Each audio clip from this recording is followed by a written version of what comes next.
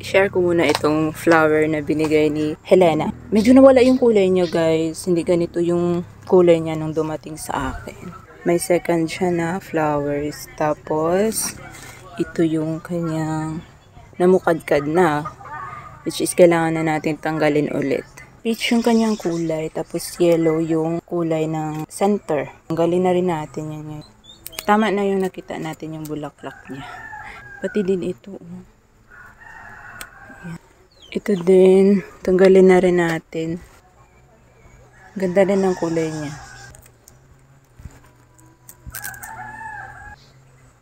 Tapos nakita ko rin for the first time ang bulaklak nito guys. So, ang ganda pala niya. Yan si Stinky. Sila yung binigay pero at least nakita ko yung flower niya. Ang ganda guys. Ganda ng kulay no. Kaso maliit siya.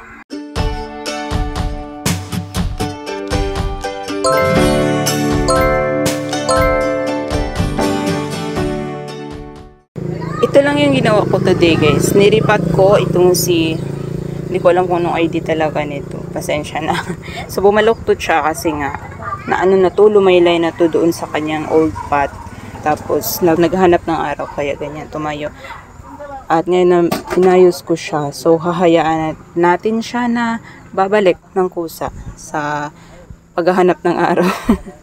So niripat ko siya guys kasi nagtaka ako bakit parang lagi talagang nagkakaroon ng mga black yung kanyang dahon at saka nalalagas. Natutuyot siya guys at hindi siya masigla. Ganun.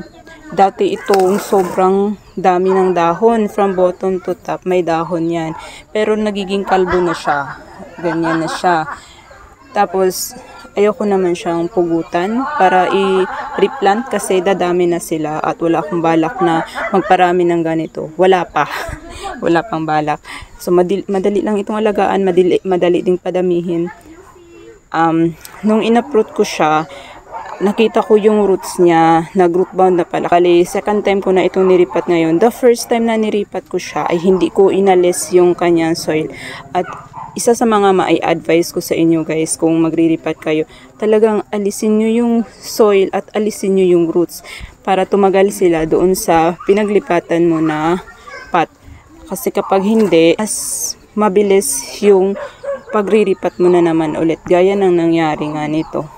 Lalo pa at nung niripat ko to, medyo konti lang yung soil na nadagdag ko sa pot kasi hindi ganoon kalaki. Parang suitable lang talaga para sa kanyang size. Yun nga lang, hindi ko inalis yung datong soil. Walang problema sa soil na wala nang masyadong nutrients kasi meron naman siyang osmocote. Ang problema, yung roots niya hindi na makagapang. Wala nang magagapangan. Pati yung mesh na nilagay ko, kinain na rin ng roots. Kinapitan na siya. Sobrang root bound na. Wala nang gagapangan ng roots. Kaya siguro hindi na niya nagustuhan. Hindi na maganda yung aeration sa ilalim ng soil niya. Kaya siguro nagre-reklamo. Nagre-reflect yun doon sa plant natin. Kung ano yung mga dinaramdam nila dyan sa ilalim.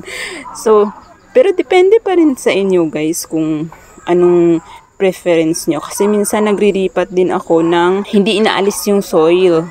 So, depende pa rin talaga sa inyo kung ano yung preference nyo. Pero kung okay lang sa inyo na magripat ng magripat, nasa sa inyo pa rin yun. Pero ito yun lang naman yung mai-advise ko. Feel ko nga mas okay talaga na itanim mo yung soil, yung succulents mo na walang roots. Sana maka-recover na to. Bibigyan ko kayo ng update nito. Naputol ko to. Yan. Pang propa na lang siya. Much bigger ang size ng pot na pinaglipatan ko sa kanya ngayon. So, ito yung isa. Yung nilipat ko na hindi ko inalis yung soil. Kasi guys, ang pinagtamnan nitong si Ruby Snake Lace ay Benguet soil. So, hindi ko siya inalis kasi yung mga Ruby Snake Lace ko dito, wala nang natira. Naubos na lahat. Hindi ko pa rin gets kung paano sila alagaan. Ito ay ilalagay ko na lang sa screen kung makita ko kung kailan ko to na-receive. Galing ito kay Ma'am Crisel Bacal. So most probably around December, mga last week of December ko ito na-receive. Ganun. Tapos December, January, February, March, Oo, 3 months na ito siya sa akin. Or magpi 3 months.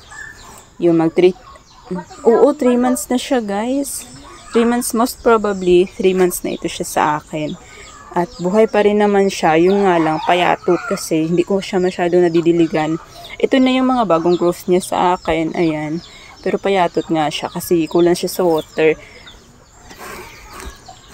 Siguro yung soil sa Benguet ay fast draining.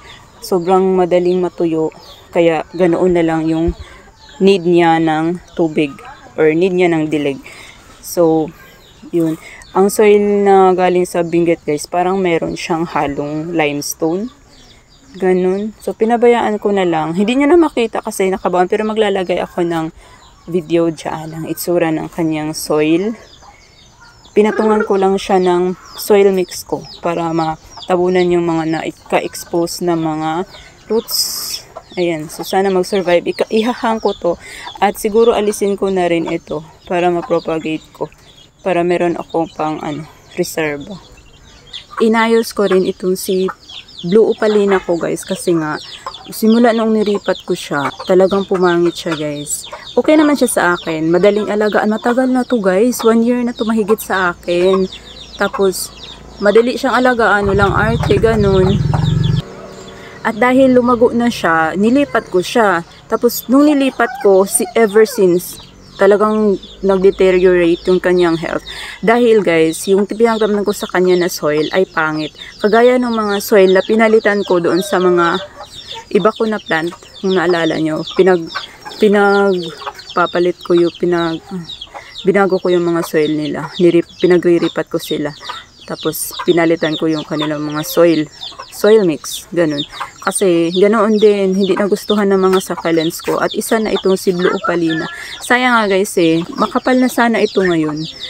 Kasi, expected ko na niripat ko siya para mas lalo siyang kumapal. Pero, hindi. Nag-deteriorate siya. Ang ganda-ganda nito, tapos ang lago-lago, tapos malalaki na yung rosette. Pero, ngayon ay lumiit na siya. So, yun lang yung mga ginawa ko for today. Ang dami ko nakuha ng mga leaves galing kay Blue Opalina. Kasi nga, yung kanyang stem, the dry out. Yun. So, thank you all for watching. Thank you all for watching. See you on the next one. Keep growing.